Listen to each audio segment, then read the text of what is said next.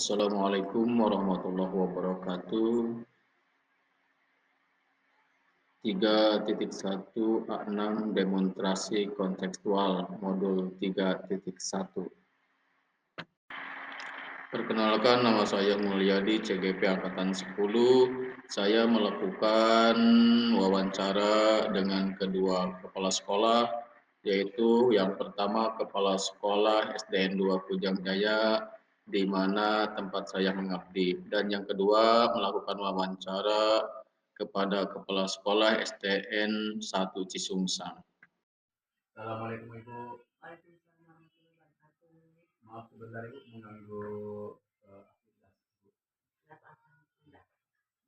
Ini ada tugas dari CDP Ibu untuk melakukan wawancara dengan kepala sekolah. Kebetulan Ibu kepala sekolah yang pertama yang akan wawancara Ibu. Sebelumnya mohon maaf dulu ya Bu ya mengganggu ya Bu. Oke. Ini yang mau dipertanyakan saya yang pertama Bu. Selama ini bagaimana Ibu dapat mengidentifikasi kasus-kasus yang merupakan dilema etik atau rujukan moral? Saya mengamati dulu suatu permasalahan yang terjadi, terus mengumpulkan informasi yang faktual dan menentukan suatu keputusan mengatur berdasarkan peraturan. Yang kedua Ibu, selama ini bagaimana Ibu menjalankan pengambilan keputusan di sekolah Ibu, terutama untuk kasus-kasus di mana ada dua kepentingan yang sama-sama benar atau sama-sama mengandung nilai kebajikan. Dalam pengambilan keputusan harus selalu dikembangkan semuanya pada aturan setiap pengambilan keputusan. Saya selalu menjalin hubungan dengan rekan sejawat, memastikan bahwa keputusan tersebut benar-benar dipahami karena selalu ada alasan di balik suatu kejadian. Iya, terima kasih. Yang ketiga Bu, kira-kira langkah-langkah atau prosedur seperti apa yang bisa Ibu lakukan selama ini? Pertama saya akan mencari informasi terlebih dahulu. Saya akan datang ke lapangan, turun langsung untuk wawancara dari berbagai pihak, ya, dari berbagai pihak. Terus setelah itu saya menganalisis ya untuk diambil keputusan yang terbaik yang mana itu. Dan yang keempat Ibu ya, boleh. Hal-hal apa saja yang selama ini Ibu anggap efektif dalam mengambil sebuah keputusan pada kasus-kasus dilema etik? Hal-hal yang paling tadi efektif ya? Efektif. Yang efektif yang pertama yaitu kalau saya merasa suatu pengambilan keputusan itu efektif apabila dilakukan dengan spontanitas, tergantung objek permasalahan di lapangan. Saya mengobrol dulu dengan tim manajemen sekolah, jajaran Wakasek dan guru-guru senior, didengar dengan tim manajemen sekolah, jajaran Wakasek dan guru-guru senior, pendapatnya semuanya ditampung dulu ya sebelum kita membuat keputusan bersama. Dan yang kelima, hal-hal apa saja yang selama ini merupakan tantangan dalam mengambil keputusan pada kasus-kasus dilema etik? Tantangannya yaitu tantangan yang dihadapi dalam pengambilan keputusan apabila kurang bisa diterima, tentu saja kita harus bisa meyakinkan orang-orang yang terlibat dengan keputusan kita ya. Dan yang keenam Bu ya, apakah Ibu memiliki sebuah tata kelola atau jadwal tertentu dalam sebuah penyelesaian kasus dilema etik? Apakah Ibu langsung menyesuaikan atau menyesuaikan di tempat atau memiliki sebuah jadwal untuk menyelesaikannya? Bentuk atau prosedur seperti apa yang Ibu jalankan? Bagi saya memang tidak ada jadwal tertentu ya. Pokoknya harus bisa diselesaikan dengan baik dan sebisa mungkin selesai tidak terlalu lama, jadi Iya, harus betul, pas betul. hari itu juga bisa Iya. diselesaikan, jadi Nah, tidak Iya. berlarut-larut begitu Iya. ya Pak ya. Iya. Dan yang ketujuh Bu, adakah Iya. seseorang atau faktor-faktor apa yang selama ini yang mempermudah atau membantu Ibu dalam mengambil keputusan dalam kasus-kasus dilema etik? Faktor-faktor yang memudahkan adalah berasal dari adanya dukungan jajaran wakil kepala sekolah dan juga guru-guru, itu mungkin ya dukungannya.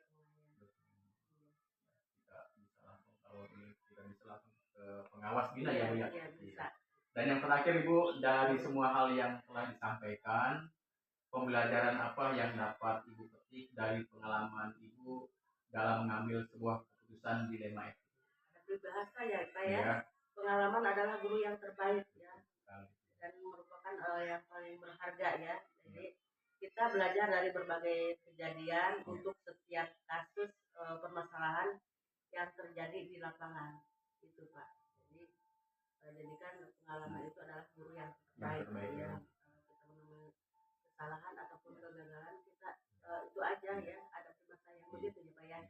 Pengalaman adalah guru yang terbaik. Alhamdulillah Ibu ya, saya sudah bisa menarik benang merahnya ya setelah melakukan wawancara dengan Ibu.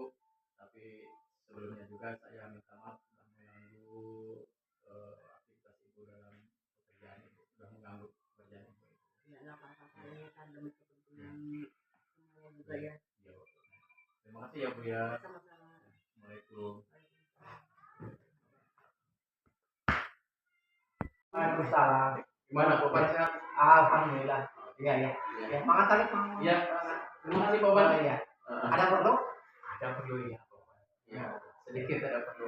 Ya, Mang. Tapi maaf, pertama mohon maaf ganggu jam kerjanya. Oh, enggak apa-apa. Mang. Iya, kebetulan saya dari CGP calon guru penggerak angkatan 10 Pak.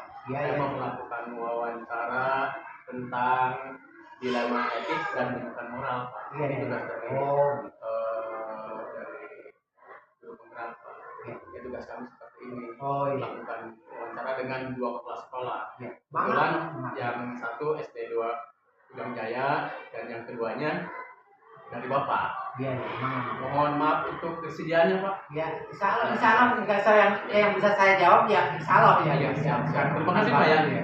Langsung aja boleh Pak untuk menghemat waktu. Boleh. Ya. Gini Pak ya. Bapak kebetulan kan di sini pemimpinnya Pak ya. Oh iya. Udah berapa lama Pak? Ya, udah sekian tahun saya. Di sini mah 5 tahun. 5 tahun Pak ya. Ya. Terima kasih Pak ya. Pak, selama Bapak menjabat di sini sebagai kepala sekolah, kira-kira ada kasus yang merupakan dilema etik atau rujukan moral? Oh, kalau kita selama ini memang ada ya. Ya. Kita mengumpulkan ya informasi dulu, mencari informasi dulu. Iya, Ya. betul. Baru kita ya menyimpulkan Iya. sebagai faktual apa yang harus kita hadapi. Iya. Itu yang lebih diaktualkan ya. Terima kasih Pak. Dan yang selanjutnya, bagaimana Bapak menjalankan pengambilan keputusan di sekolah Bapak, terutama untuk kasus-kasus di mana ada 2 kepentingan yang sama-sama benar atau sama-sama mengandung nilai kebajikan, Pak? Oh iya. Dan barangkali begini, ketika kita menghadapi hal semacam itu, Iya. yang saling berterkaitannya, kita sebagai kepala sekolah ya, walaupun itu kita memilih yang memanggil memilih secara yang paling faktual dulu. Oke. Yang harus kita selesaikan kita Iya. bersama. Iya. Jadi intinya kita ketika mengambil sebuah keputusan ada aturan ya Pak. Iya. Ada Ujung-ujungnya ya seperti itu. Ya kita aturan mana yang lebih menonjol, lebih yang harus dibahas. Kira-kira langkah-langkah prosedur apa yang bisa Bapak lakukan selama ini?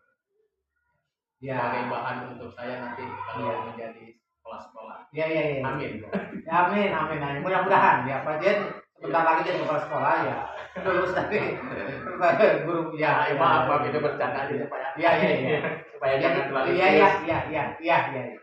Jadi kita adalah yang mencari dulu, mencari informasi, Iya, betul sekali. mencari informasi di lapangan, apa yang kita hadapi, mari kita selesaikan secara bersama-sama, mari kita renungkan apa lebih aktual yang lebih difaktualkan yang lebih prioritas untuk diselesaikan secara musyawarah. Betul sekali. Jadi kira-kira ada hal-hal apa saja selama Bapak di sini kira-kira yang dianggap efektif dalam pengambilan keputusan Pak, yang efektif. Jadi mungkin seorang kepala sekolah mengambil keputusan itu harus tepat, sesuai dengan saling ketergantungan antara yang satu dan yang lain, walaupun itu sifatnya, tapi lebih mana yang harus kita sebagai kepala sekolah yang harus diutamakan dulu permasalahan itu, betul sekali. supaya menjurus hal-hal yang diinginkan. Jadi kita supaya bisa meyakinkan orang-orang yang terlibat dalam keputusan itu ya Pak. Iya, bagus. Terima kasih Pak. Yang selanjutnya Pak, ini masih ada apakah Bapak memiliki sebuah tata kelola atau jadwal tertentu dalam sebuah penyelesaian kasus dilema etik? Apakah ada langsung menyelesaikan di tempat atau memiliki sebuah jadwal untuk menyelesaikannya? Bentuk prosedur seperti apa yang Bapak jalankan? Ya, mungkin kita sebagai kepala sekolah menjadwalkan dulu, memberikan jadwal yang paling utama itu yang diprioritaskan itu yang mana, permasalahan itu yang harus diselesaikan supaya bersama-sama, baik dari rekana ataupun dari guru-guru senior, dari guru-guru yang lain untuk memasukkan supaya efektif dan efisien sesuai dengan aturan zaman. Jadi kita kalau sudah terjadwal ya Pak, jadi mudah nantinya ya. Mana yang diutamakan, yang lebih prioritaskan, dan mana yang betul sekali Pak. Ketika kita menyelesaikan sebuah kasus sebuah permasalahan Pak ya. Karena faktor yang selama ini mempermudah Bapak untuk memecahkan kasus itu yang mempermudah Pak. Antaranya siapa saja Pak? Tadi itu kan sudah dibicarakan di awal. Jadi dibuat jadwal dulu. Jadwal mana yang diutamakan, kasus mana yang diutamakan, itu yang diprioritaskan untuk mencapai sasaran yang kita inginkan. Contohnya berbagai hal-hal yang kita ada permasalahan di sekolah, mari kita berembuk mungkin dari rekan guru ataupun dari rekan sejawat dari sekolah. Ada mungkin kalau ada itu dari masukan dari pengawas ataupun dari guru-guru yang lain, ataupun dari kalau zaman sekarang seperti itu, seperti di ada mungkin dari dinas atau informasi itu yang lebih utamakan kalau sudah dijadwal. Jadi kita ketika menyelesaikan masalah itu pasti ada orang yang terlibat yang sudah disebutkan sama Bapak itu kepala sekolah, dengan kepala sekolah, orang pengawas dilibatkan, guru senior Pak.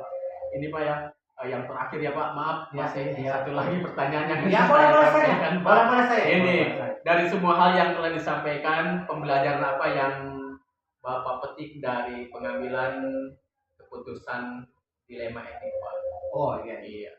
Jadi pengalaman pahit ataupun pengalaman yang baik pahit atau manis, kita ambil hikmah saja untuk mencapai suatu tujuan, untuk mencapai kemajuan sekolah. Sekian dan terima kasih. Salam dan bahagia. Assalamualaikum warahmatullahi wabarakatuh.